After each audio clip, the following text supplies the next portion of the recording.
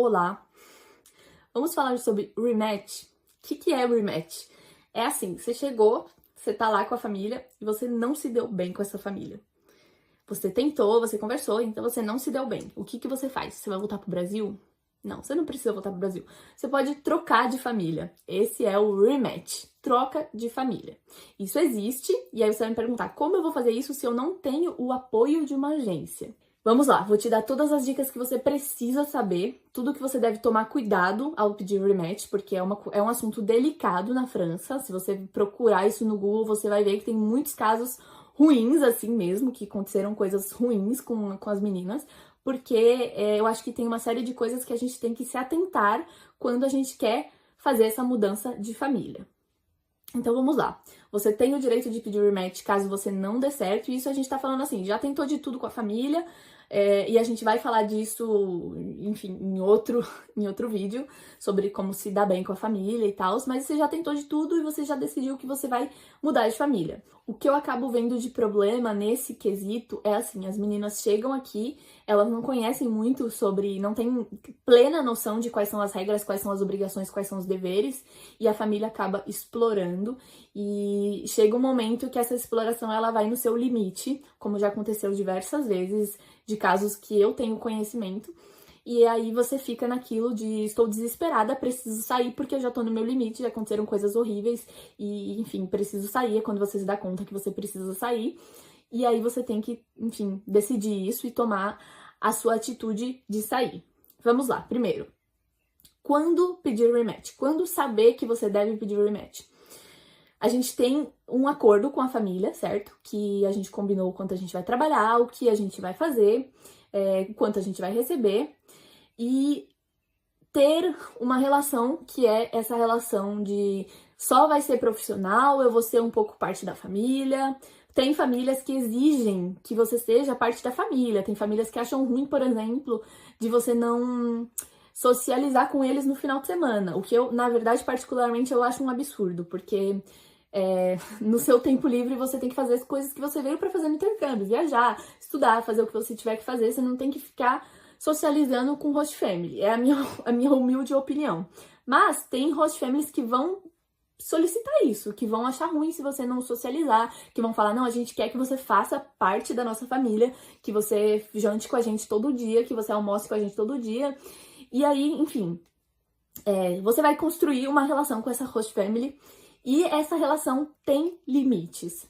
Então, assim, por exemplo, a minha host family, ela me pergunta o que eu vou fazer, mas eu sei identificar que essa pergunta que eles fazem é simplesmente para socializar comigo, para conversar. Que legal, você vai viajar? Para onde você vai? Ah, eu conheço esse lugar, eu já fui para esse lugar. Ah, você quer uma dica de onde se hospedar? Isso aqui é uma relação saudável.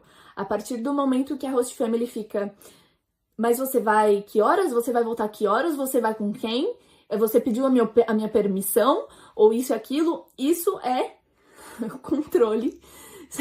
Isso é o controle, tentando controlar a sua vida. E isso não é saudável, não é o direito da host family. A host family não são seus pais. Tem que saber administrar essa relação, porque tem que ser uma relação saudável, não tem que ser uma relação abusiva, não tem que ser uma relação de poder. Eles não têm poder sobre a sua vida e sobre o que você vai fazer da sua vida no seu tempo livre.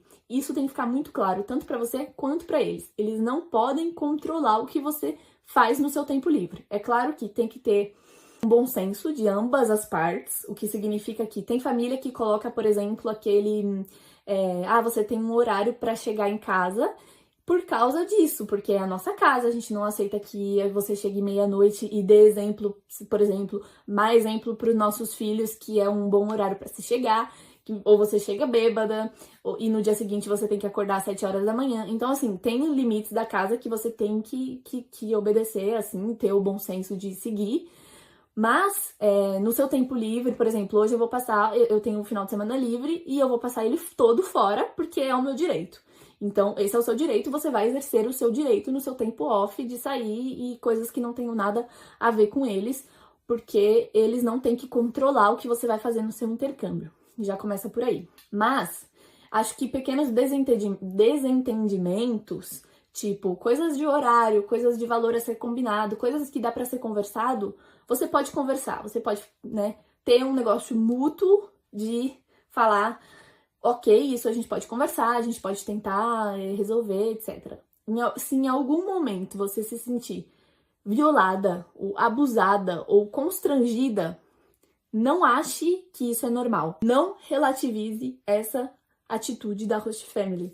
Teve um caso recente de um rematch na França, que o patrão, né, o chefe, o homem, ele mandava mensagens carinhosas demais, pedindo fotos da au pair, colocou uma câmera escondida perto do quarto do banheiro dela, pra, enfim, ver ela, controlava quando ela saía, ficava perguntando que horas ela ia chegar, ficava esperando ela